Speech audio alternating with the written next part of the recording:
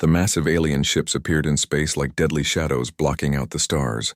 Each vessel stretched longer than Earth's biggest cities and gleamed with a cold purple light that made everyone who saw it feel afraid.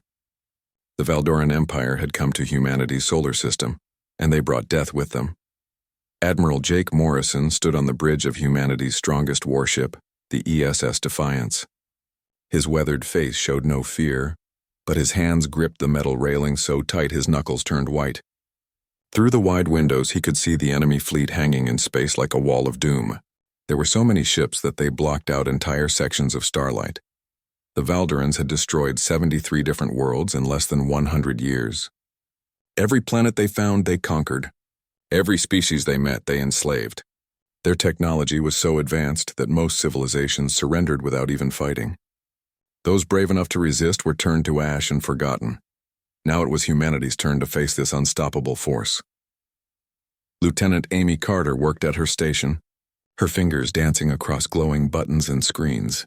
She was young but skilled, one of Earth's best communication officers. When the alien signal came through, her face went pale. "Sir, we have an incoming transmission from the enemy fleet," she reported in a steady voice that hid her fear. Morrison nodded once. "Put it on the main screen, Lieutenant." The bridge's large display flickered to life, showing the image of something that looked like a walking crystal nightmare. The Valdoran commander stood nearly 8 feet tall, with 6 glowing eyes arranged in 2 rows across its angular face. Its body seemed to be made of living crystal that reflected the bridge lights in patterns that hurt to look at. When it spoke, its voice sounded like breaking glass mixed with thunder. "Primitive humans," the alien said, speaking perfect English despite never having met humanity before. "I am Supreme Commander Thexali of the Valdoran hegemony. Your species has been studied and evaluated. We have decided that you may serve the Empire as workers and soldiers." The creature's 6 eyes focused on Morrison with cold intelligence. "You will surrender all your weapons immediately. You will dismantle your military forces. You will prepare your population for processing and relocation. You have exactly 72 of your Earth hours to comply with these demands." Morrison stepped forward, his jaw set with determination. Every person on the bridge watched him, knowing that his next words would decide humanity's fate. "This is Admiral Jake Morrison of the Earth Space Forces," he said in a clear, strong voice. "We have considered your offer and we respectfully decline." Several bridge officers exchanged worried glances. They all knew the numbers. Humanity had less than 200 warships. The alien fleet had over 3,000 vessels, each one larger and more powerful than anything Earth had ever built. Commander Thexali's crystalline features shifted into what might have been amusement. The alien's laugh sounded like wind chimes in a hurricane. "Admiral Morrison, your fleet is small and weak.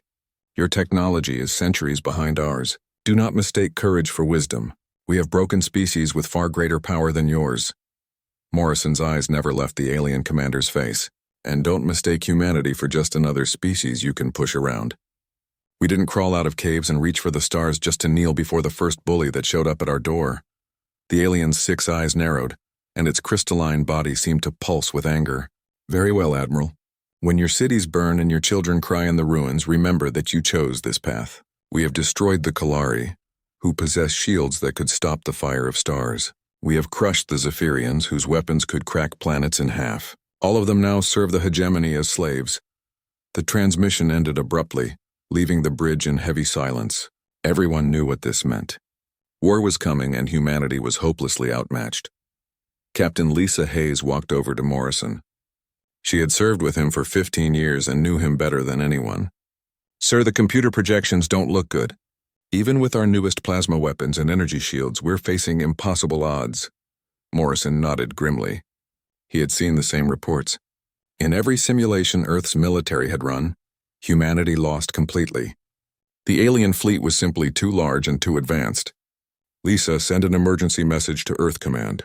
Tell them to implement Protocol 7 immediately." Hayes' eyes went wide with shock. Protocol 7 was the most secret and dangerous plan in Earth's military files. It had never been tested, and many scientists believed it could destroy the entire solar system. "Sir, are you absolutely certain?" The computer models showed only a 30% chance of success and a high probability of catastrophic failure. Morrison looked out at the enemy fleet again. More alien ships were arriving every minute, emerging from hyperspace in flashes of purple light. Soon there would be 4,000 enemy vessels, maybe 5,000. The computer models also showed zero chance of survival if we fight them with conventional weapons.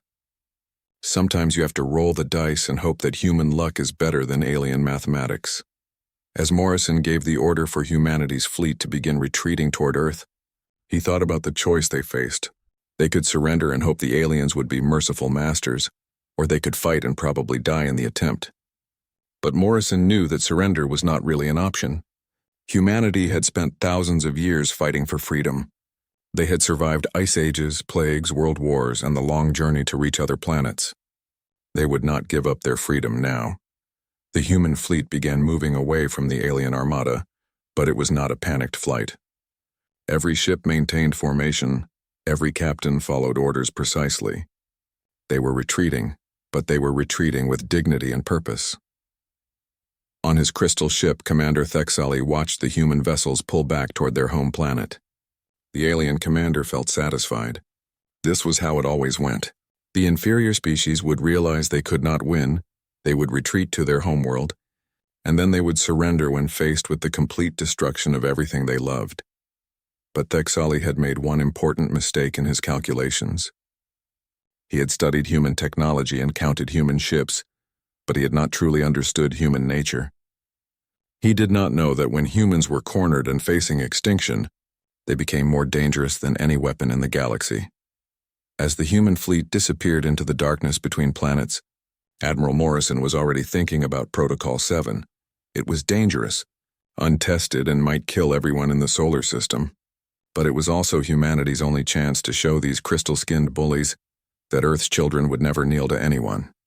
Deep beneath the Rocky Mountains, Dr. Elena Rodriguez worked frantically in the most secret military base on Earth.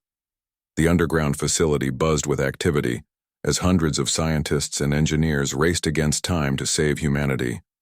Computer screens glowed everywhere, showing complex calculations and energy readings that would have seemed impossible just days before. Elena stared at the holographic displays floating in front of her, her dark eyes reflecting both determination and fear. She had been working for 36 hours straight, surviving on coffee and pure willpower. The equations she was checking could either save the human race or destroy everything they had ever built.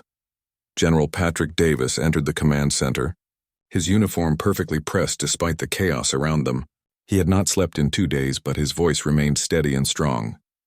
"Elena, please tell me you have some good news. Our fleet can't hold off those aliens much longer." Elena looked up from her work, exhaustion clear on her face.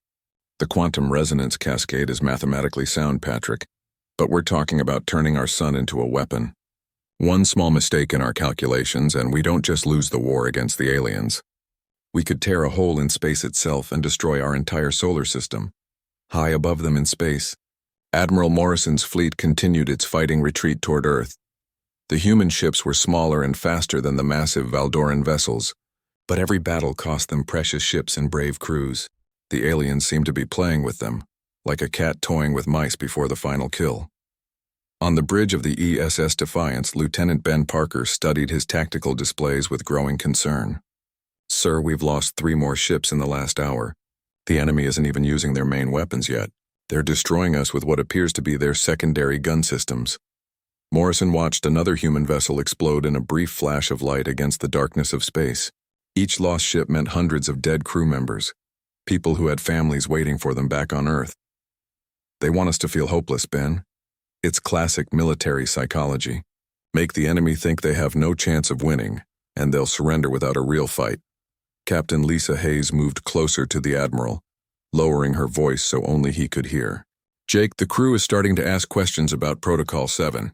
They know something big is being planned, but the secrecy is making everyone nervous. Maybe it's time to tell them what we're really doing." Morrison nodded slowly. His people deserved to know the truth about what they were fighting for. "Open a fleet-wide communication channel, Lisa. Every ship needs to hear this." The Admiral's weathered face appeared on screens throughout the human fleet. Thousands of men and women stopped their work to listen to their commander's words. "Soldiers and sailors of Earth," Morrison began, his voice carrying the weight of their desperate situation. "In the next few hours, we're going to attempt something that has never been tried before in human history. Our scientists have discovered a way to turn our sun into a weapon. He paused, letting the magnitude of his words sink into every mind listening. I won't lie to you about the risks. This is the most dangerous thing humanity has ever attempted. We're pushing our technology far beyond anything we've tested before, and there are no guarantees that it will work. But humanity has always been at its best when our backs are against the wall.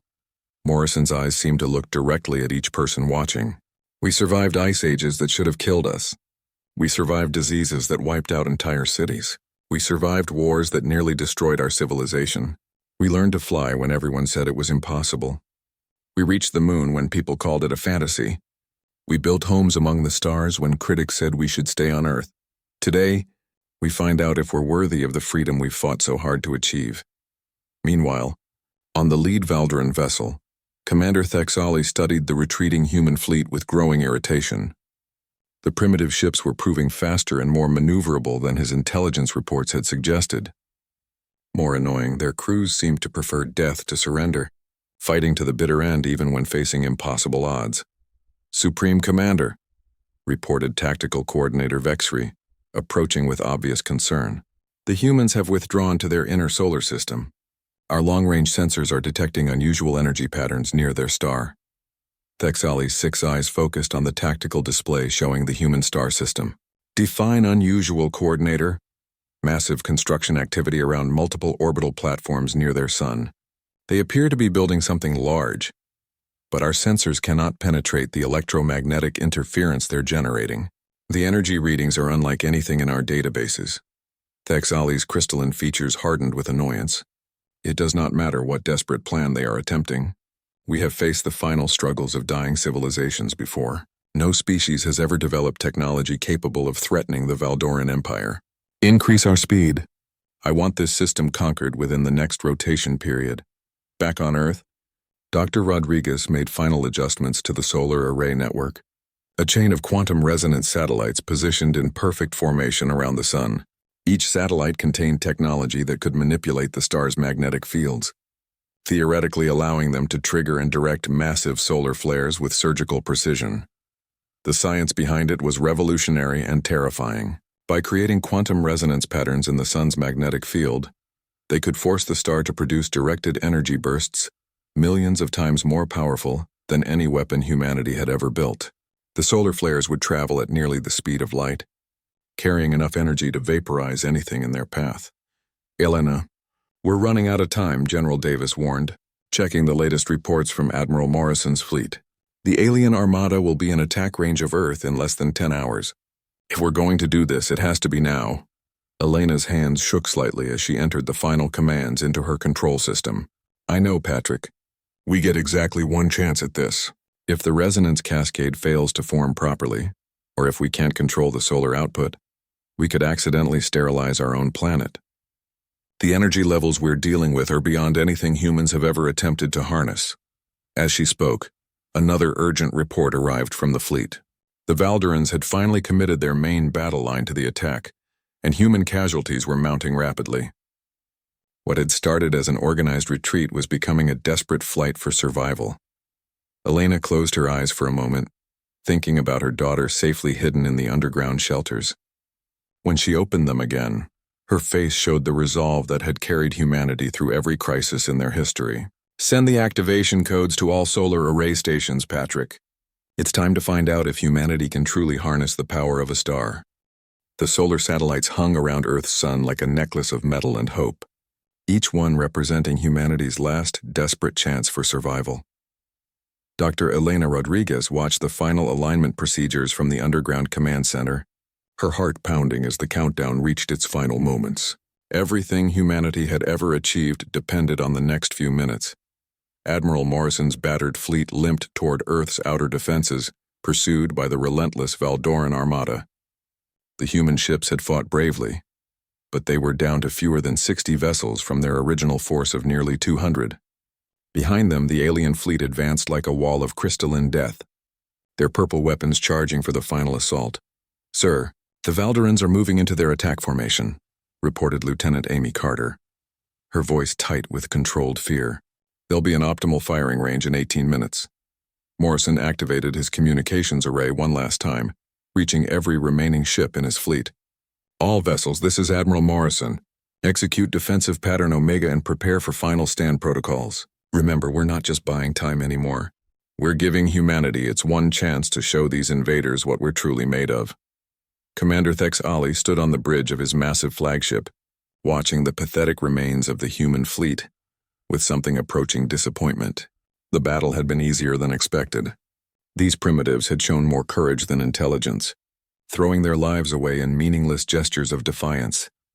"Begin the final bombardment," Thex Ali ordered, his 6 eyes glowing with satisfaction. "Target their military vessels first, then destroy their orbital installations. Leave their planet intact for now. We will need the infrastructure for mining operations once the population has been properly processed." The Valdoran main weapons began charging with deadly energy, their purple radiance building to a crescendo that would spell doom for Morrison's fleet. But at that exact moment, 300 million miles away, Dr. Rodriguez initiated the solar array sequence that would change everything. "All stations report ready for activation," she announced to General Davis, her finger hovering over the final control. "Patrick, I need you to understand something. Once we trigger this cascade, there's no way to stop it. We're essentially turning our sun into the largest directed energy weapon ever conceived." Davis nodded grimly, watching the tactical displays that showed their fleet being overwhelmed. "Do it, Elena. Our people can't hold much longer." Rodriguez entered the activation sequence that would either save humanity or destroy everything they had ever built. Around the sun, the quantum resonance satellites began their deadly dance, manipulating magnetic field lines with precision that bordered on miraculous. The effect was immediate and terrifying. Solar flares erupted from the sun's surface with unnatural symmetry, forming into a coherent beam of stellar plasma that raced across the solar system at nearly the speed of light.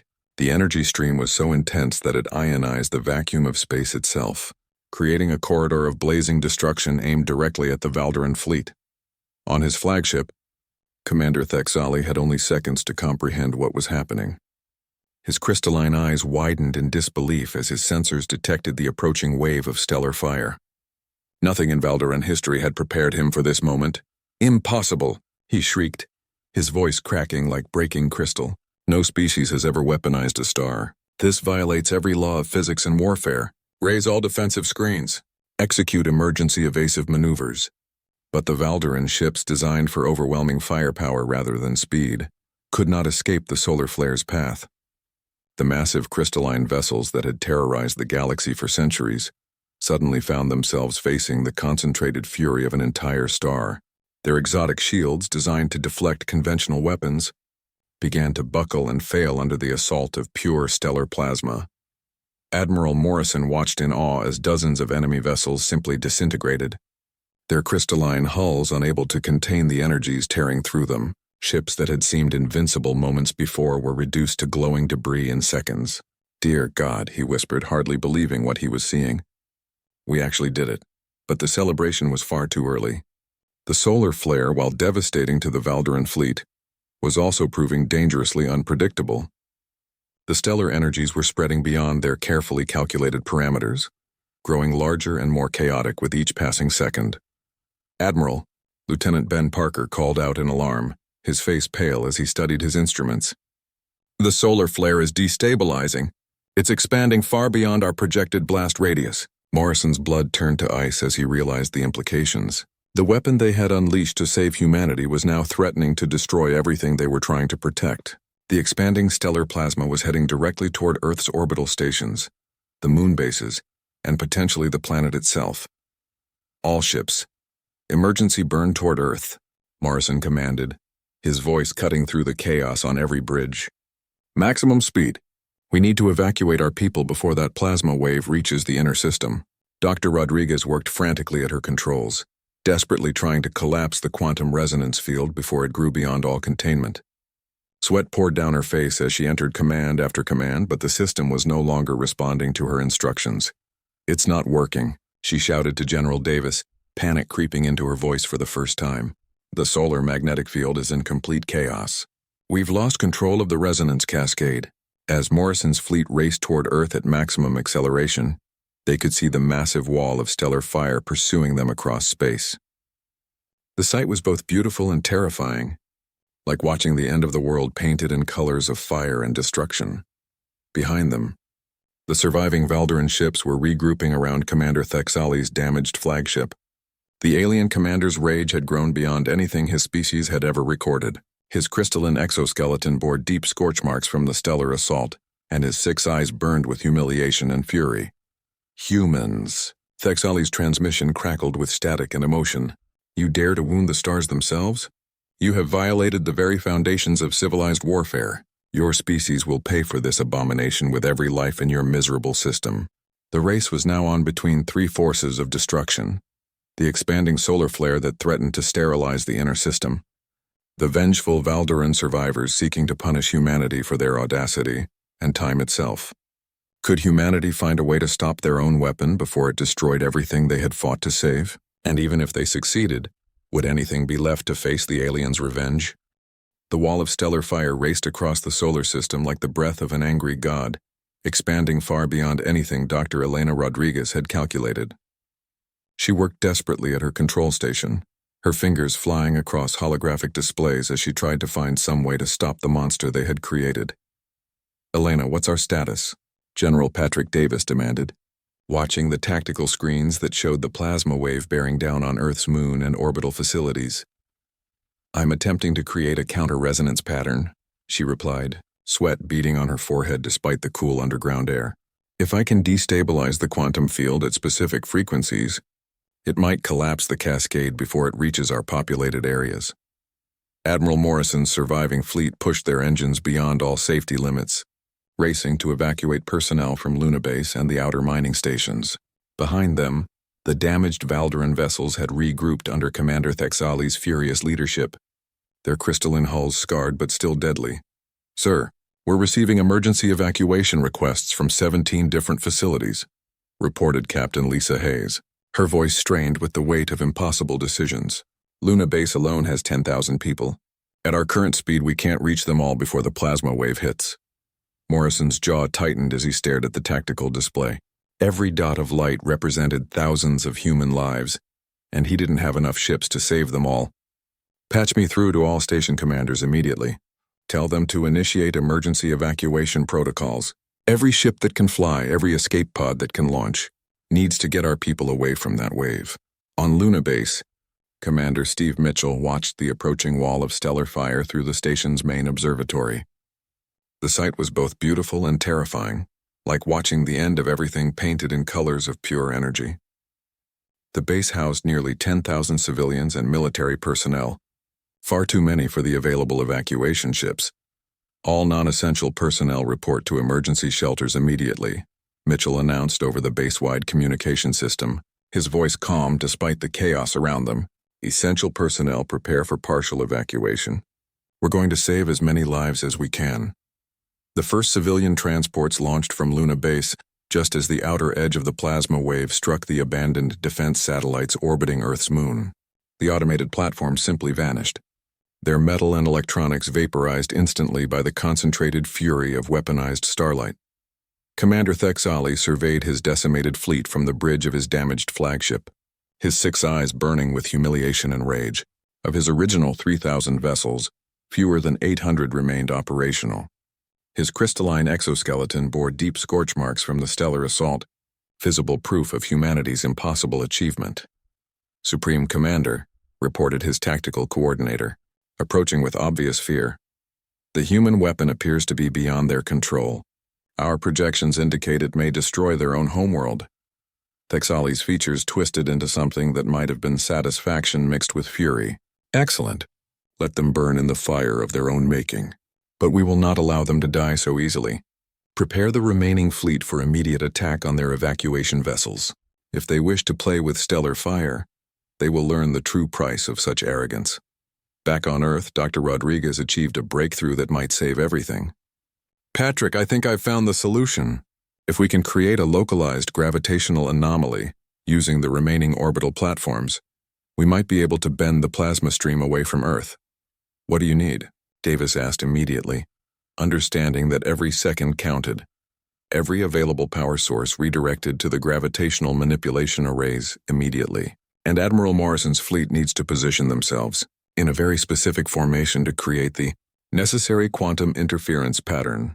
General Davis contacted Admiral Morrison directly through their emergency channel. Jake, Elena has a plan that might work, but it requires your ships to fly directly into the path of that plasma wave. Morrison didn't hesitate for even a moment. Send us the coordinates, Patrick. What are our chances of survival? There was a pause before Davis answered honestly. Very low, Jake. The gravitational forces alone could tear your ships apart like paper. Understood completely, Morrison replied, his voice steady despite the magnitude of what he was being asked to do. All ships, new heading and formation. We're going to thread the needle between a stellar flare and certain death. Anyone who wants to file a complaint can do it after we save the human race. The remaining Earth fleet, now down to 37 battered vessels, formed up in the precise pattern Dr. Rodriguez had calculated. As they moved into position between the expanding plasma wave and Earth, the Valdoran survivors opened fire with everything they had left, their damaged weapons still capable of devastating destruction. The human ships found themselves caught between two different forms of annihilation. The expanding stellar fire ahead of them, and concentrated alien firepower from behind. Several vessels were lost immediately, their hulls breached by Valdoran energy weapons that tore through their defensive screens. Maintain formation at all costs, Morrison commanded as his own ship shuddered under enemy fire, sparks flying from damaged control panels. We hold this position no matter what happens to us. At the critical moment, Dr. Rodriguez activated the gravitational manipulation array with a prayer on her lips. Space itself seemed to bend and twist around the human fleet, as massive gravitational forces distorted the very fabric of reality. The approaching plasma wave, encountering this localized space-time distortion, began to curve away from Earth like water flowing around a stone. The plan worked, but the cost was terrible beyond imagination. The gravitational forces were indeed tearing the human ships apart piece by piece. Morrison watched helplessly as the ESS Liberty simply broke in half, its crew lost to the merciless vacuum of space. His own ship, the Defiance, was losing atmosphere and structural integrity with each passing second. Yet somehow, impossibly, the desperate gambit succeeded. The stellar plasma stream curved away from Earth, redirected by humanity's sacrifice into the empty darkness of space. The planet was safe, its billions of inhabitants saved by the courage of a few dozen ships and their crews. But as the surviving human vessels limped away from the dissipating gravitational anomaly, they found themselves facing the full might of the vengeful Valdoran fleet. Commander Thexali had positioned his remaining forces for one final, crushing blow. Humans, the alien commander transmitted, his voice crackling with barely controlled rage. You have demonstrated abilities we did not anticipate, but your clever tricks are exhausted, and your ships are broken beyond repair. Surrender immediately, and we will grant you the mercy of slavery. Refuse our generous offer, and we will reduce your precious world to radioactive ash. Admiral Jake Morrison stood on his shattered bridge, bleeding from multiple wounds but refusing to fall. The Defiance was dying around him, sparks flying from damaged systems and emergency lights casting everything in hellish red shadows. Through the cracked viewports, he could see the vengeful Valdoran fleet moving into position for humanity's final destruction. Commander Thexali prepared to deliver the killing blow when something unprecedented happened across the galaxy. The quantum resonance satellites around Earth's sun, instead of shutting down completely, began transmitting a signal that reached every corner of known space. The stellar manipulation technology was being broadcast on all frequencies to every civilization that could receive it. Dr. Elena Rodriguez stared at her readings in complete disbelief, her exhausted mind struggling to comprehend what was happening. Patrick, the satellites aren't powering down like they should. They're broadcasting our entire stellar manipulation sequence across the galaxy on every possible communication channel. General Davis frowned, trying to understand the implications. Is that some kind of system malfunction? No, Elena whispered, sudden understanding dawning in her tired eyes. It's automatic. The system was designed to transmit all our technical data if humanity faced total extinction. We're giving away the secret of stellar weaponization to everyone in the galaxy. Across the vast reaches of space, the human transmission was received by dozens of species currently suffering under Valdoran occupation, the Kalari, whose beautiful homeworld had been strip-mined for rare crystals. The Zephyrians, whose children served as slave labor in brutal Valdoran factories. The peaceful Threnodi, whose entire ancient culture had been systematically destroyed and forgotten. On the Kalari homeworld, Resistance fighter Veltar received the human transmission and immediately grasped its universe-changing implications. Brothers and sisters, he broadcast to hidden rebel cells scattered across the planet. The humans have given us the key to our freedom. They have shown us how to turn our own sun into a weapon against our oppressors. Similar scenes played out on 47 different worlds throughout Valdoran space. Species that had been crushed beneath the Empire's crystalline boot for decades suddenly possessed the knowledge to fight back. The galaxy's balance of power had shifted in a single moment of human desperation. Commander Thexali became aware of the spreading crisis when his communication arrays exploded with urgent reports from across the Valdoran Empire. Rebellions were erupting on every occupied world, and somehow, impossibly, the rebels possessed advanced stellar manipulation technology. How is this possible? Thexali demanded of his science coordinator, his 6 eyes blazing with confused fury. The humans, Supreme Commander. They transmitted their stellar weapon specifications across the entire galaxy. Every species now has access to the same technology that decimated our primary fleet. For the first time in his long military career, Thexali felt something approaching genuine fear. The Valdoran Empire had conquered through overwhelming technological superiority. If every species could now weaponize their stars, the Empire's fundamental advantage was gone forever.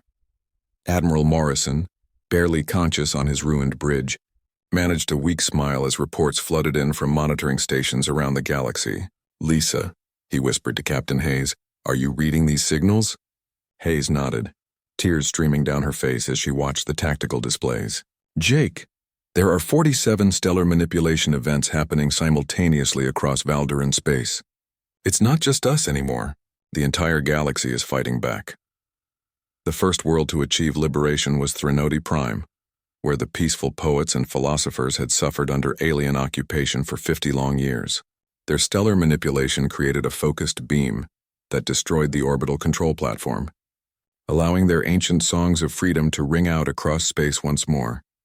The Zephyrian resistance followed quickly, using their star to eliminate the slave processing facilities that had tormented their people for generations. Then came the Kalari, the Hegemari survivors, the Romulan colonies, and dozens of other species whose names had been nearly forgotten under Valdoran rule. Commander Thexali watched his empire crumble in real time as world after world turned their own suns against his forces. The crystalline ships that had once seemed invincible were being systematically destroyed by waves of stellar fire erupting from systems across the galaxy. Supreme Commander, his tactical coordinator, reported with barely controlled panic, "We're receiving surrender demands from 17 different species. They're coordinating their attacks through some kind of communication network. This is no longer a series of isolated rebellions. It's a galaxy-wide revolution." Thexali's 6 eyes focused on the tactical display showing Morrison's battered fleet. These primitive beings had not just defeated his forces.